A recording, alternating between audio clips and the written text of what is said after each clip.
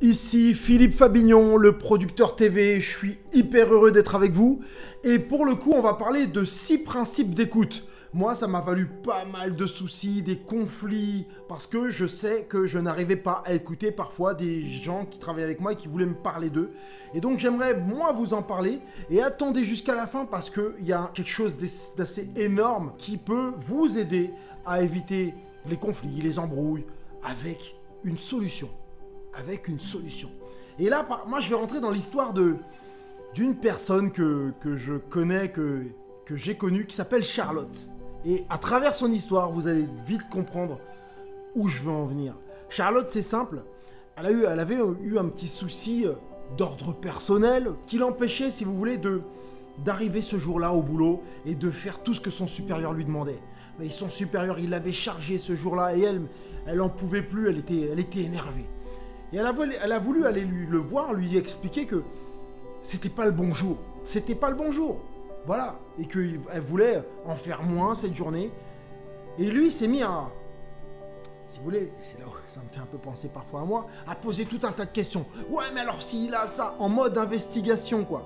Alors oui, est-ce que t'as fait ci pourquoi vous avez fait ça? Et pourquoi pas ça? En fait, résultat, c'est que Charlotte, face à toutes ces questions, elle s'est sentie un peu au piège.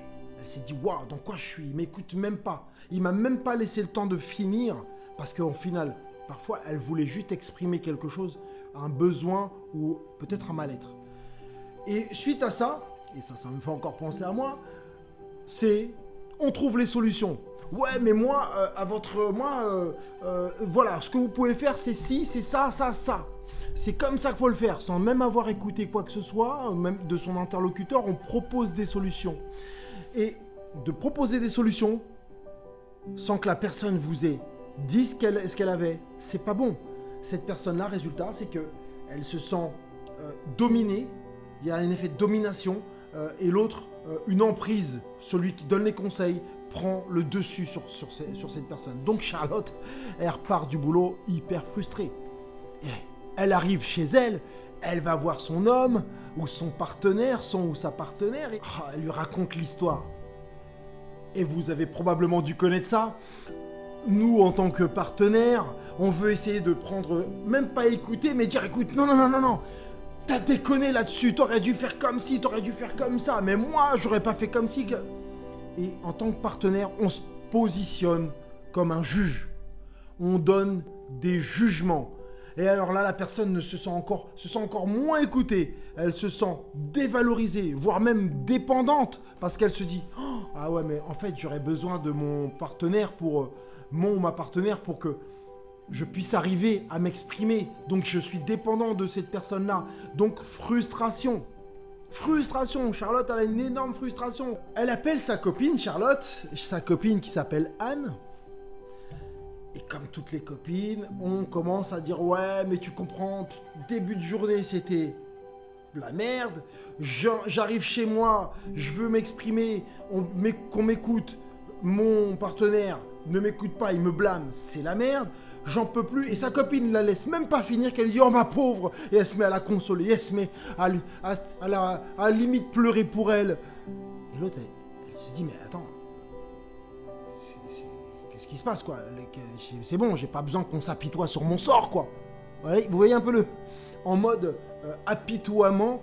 Et donc, le fait de parler, si vous voulez, de trop blâmer, ben, il y a une espèce la personne qui a besoin d'être écoutée se dit, mais attends, mais on prend pitié de moi. Non, c'est pas cool, quoi.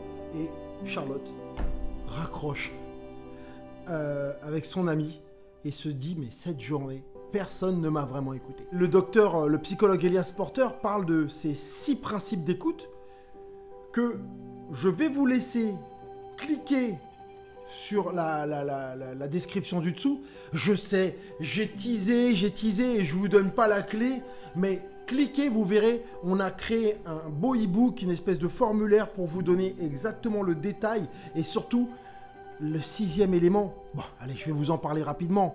Il y a mon caméraman qui me dit non, ne le montre pas puisque c'est lui qui a bossé dessus. Il veut que vous ayez la surprise, que vous voyez le beau boulot qu'il a fait. Mais je vais vous le dire quand même.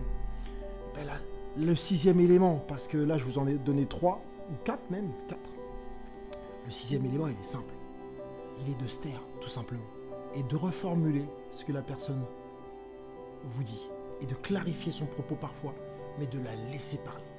Qu'elle dise tout ce qu'elle a besoin de dire. Et parfois, moi-même, à mon boulot, quand un employé venait me voir, bah ouais, j'ai appris ça. À un moment donné, il y a ton ego qui dit, mais non, mais vas-y.